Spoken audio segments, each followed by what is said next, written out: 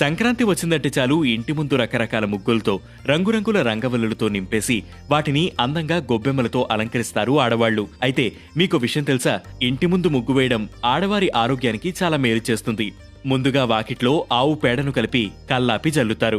ఆవు పేడలో anti bacterial గుణాలు పుష్కలంగా ఉంటాయి. అవి సీజనల్ వ్యాధులు రాకుండా అడ్డుకుంటాయి. కల్లాపి చల్లిన తర్వాత ముగ్గు వేయడానికి, ముఖ్యంగా సంక్రాంతికి పెట్టే పెద్ద పెద్ద రంగవల్లికల కోసం స్త్రీలు గంటల తరబడి కష్టపడతారు.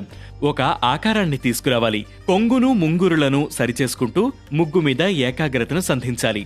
ముగ్గు ఇంటికి అలంకరణే కాదు, అదొక మానసిక ఉల్లాసం. మనసుకు శరీరానికి ఓర్పును నేర్పును అందించే పజిల్ సాల్వింగ్ లాంటిది.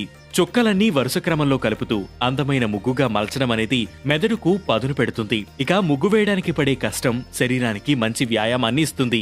ఉదాహరణకి 1 గంటపాటు ముగ్గు పెడితే అంతసేపు థ్రెడ్మిల్ మీద వ్యాయామం చేసిన శ్రమకు సమానం.